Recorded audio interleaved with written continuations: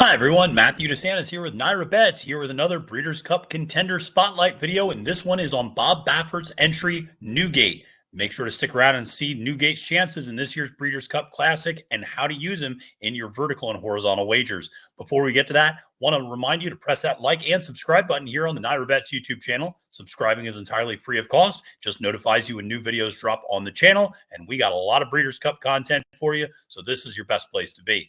Now, we also want to remind you, make sure to download and play on NYRA Bets. If you go to NYRA Bets right now and download the app, use promo code CUP25. You can, if you're signing up for the first time, you can get up to a $200 deposit match bonus and a free $25 bet. So make sure to play the Breeders' Cup on NYRA Bets. Like I said, we're going to be talking about Newgate today, Bob Baffert's lone entry. And it's interesting. I mean, Baffert historically is about a 12% trainer at the Breeders' Cup, which is very good for major trainers. I mean, you look at Chad Brown's around 13%, Baffert's at 12.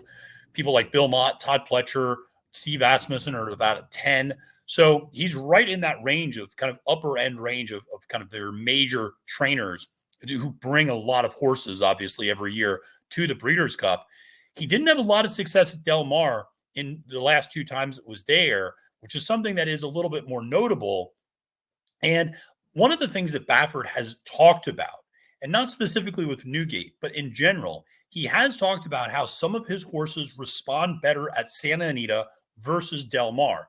Now, anybody who follows Southern California racing knows this to be true. Some horses will prefer, obviously, the turf, but this is also true on the main track. Some horses prefer the track at Del Mar over that at Santa Anita. And Baffert has also said some of his horses respond better in the paddock at one of these tracks over the other. So it is interesting to kind of see how horses respond in these different scenarios.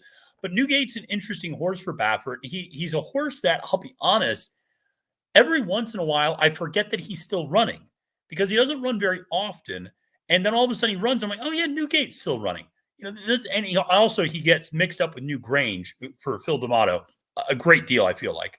But those two horses, I think, will get confused for each other regularly. For those of us who are more on the East Coast, who maybe are not kind of following West Coast racing quite as much. But Newgate's a good horse. It's been around for a long time and is always a really honest horse as well. Like I said, trained by Bob Baffert. You're going to have Frankie Dettori up on the mount. Frankie's gotten a little bit more comfortable riding out there in Southern California over the last year or two since announcing his retirement, and then maybe not retiring because things are working out pretty well. Sired by Into Mischief. Listen, I always am hesitant about Into Mischiefs going 1.25 miles. That is just kind of a natural disposition that I have. Though that said, the biggest win in Newgate's career to this point has been going 1.25 miles in the Santa Anita Handicap, in the big cap this year, and beating a horse like Highland Falls, who is in this race as well in the Breeders' Cup Classic. So has beaten top competition, has done it at 1.25 miles, and has done it out in the West Coast. You know, going back to when he was younger, won the Robert B. Lewis, finished second in the San Pascal, finished third last time out in the California Crown, where he finished third in kind of a dead heat or very close photo with Substanador and National Treasure. That was a really interesting race to watch. But Newgate's a horse that's got a useful running style. He has good speed, not elite speed, though. He can track the pace. He can come from further back. Earlier in his career, he sometimes would win gate to wire, or at least try to run gate to wire. So he's got a few different gears to him for Frankie Dettori. And I just think you don't want to discount Bob Baffert in California. And I'll be honest, when I was looking at doing these spotlight series, I thought Newgate's a horse that I think a lot of people might overlook and just kind of hand wave and just kind of draw a line through that horse just first glance through. And I don't know if it's that simple to some extent, because this is a horse that, like I said, I think is a little interesting. He's only a 3-time winner and 11 career starts. And while he's not been around for long, like I said, I sometimes forget about him because he does have these kind of longer layoffs occasionally. You know, he didn't run from February 2023 until, January 2024. And then he, went to Maidan this past spring and then didn't run again until September. So there are these times where you're just like, oh, where's Newgate? Oh, here's Newgate. And he just kind of pops up.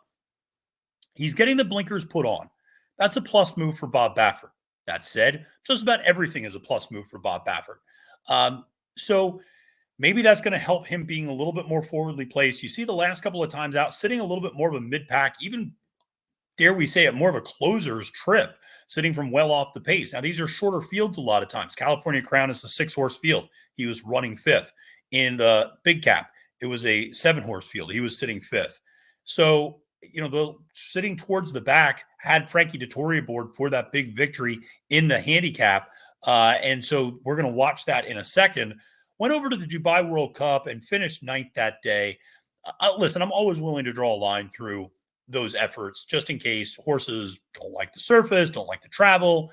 A mile and a quarter, obviously, over there can be a little bit of a challenge, but still didn't run necessarily that great against some similar competition like Ushpa Tesoro, who was also in that race and finished well ahead. So, there are some issues there still with Newgate. You also look at the buyer speed figures. The best buyer speed figure last time out was the California Crown of 102. Previous best was 100. Otherwise ran in a lot of high 90s. And those are the type, you need to take another step forward for sure to contend and win in this race. But he runs a 102, runs a career best buyer off of a 6-month layoff from March until September. You look at any other horse, runs a career best off the bench. A lot of times you think, hey, maybe there's another level. Maybe this horse found something else as a 4-year-old and is going to take another step forward in that second start off the bench, is going to be even more sharp this next time out. Could that be the case with Newgate? Now, I think the 13 post position is not ideal because he doesn't necessarily have great early speed and he's not going to drop out the back of the field. So as a result, there's an issue of how wide is he going to get caught. Arthur's rise to his immediate inside. He's going to go straight to the front. Fierceness is to his inside as well. He's going to sit in a more of a tracking spot. Now, like I said, the blinkers are coming on. So maybe, and if you go back and look, he had some blinkers on earlier in his career. He flashed speed at times doing that. Certainly did so in debut at Del Mar, where he won, and which is notable. But then had blinkers on in the Del Mar Futurity and the Breeders' Cup, and the Breeders' Futurity at Keeneland, never really made much of a difference in those two races. So I'm not saying the blinkers are going to turn him into a new horse or suddenly inject him with a lot of speed, but it might give him a little bit more early pace than he might otherwise show in this particular start.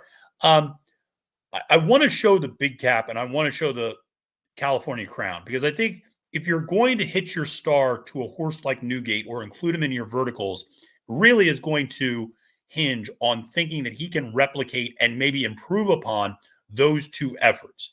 And so let's take a look at the Big Cap here.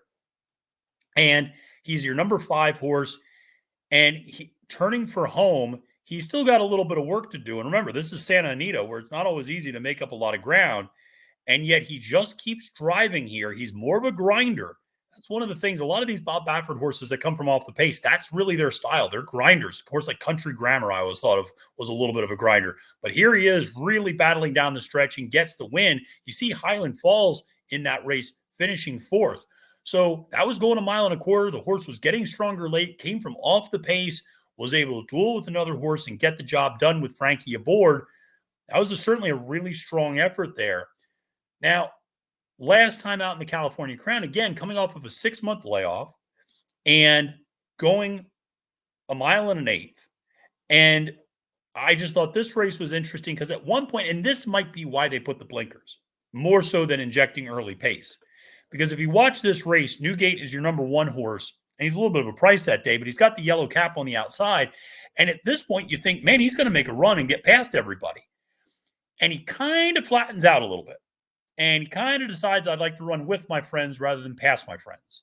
And Subsanador's on the inside, National Treasure's on the rail. And ultimately, Newgate feels like he hung a little bit there because he was coming with a lot of momentum. If we rewatch that, he was coming on with the yellow cap with a lot of momentum. Now, understandably, covered a lot more ground, maybe just flattened out. But right around here, you're thinking he's blowing by people. And he just kind of flattens out at this point. And I think maybe that's why Baffert decided, hey, we got to go to the blinkers, keep this horse a little bit more focused, help him run past horses here late in the stretch if he makes this type of a run coming from off the pace. So that's something to keep in mind. Newgate is a horse that maybe it's just being afraid to getting beaten by Bob Baffert.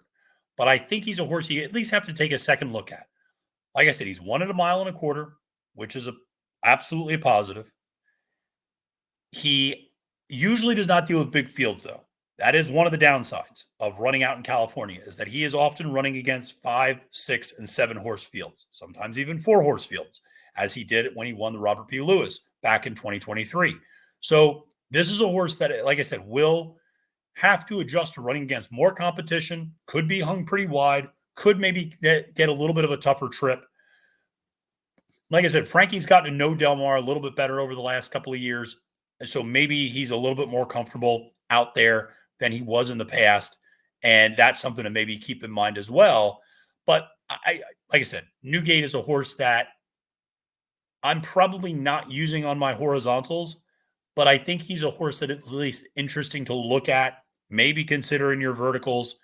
And if you think maybe you're going to spot bet him, it's not the worst of all ideas perhaps to do that. But I just think he's a horse, Bob Baffert, Southern California, blinkers on, coming off of what I thought was still a good race, coming off of a 6-month layoff, could continue to move forward from a career best effort.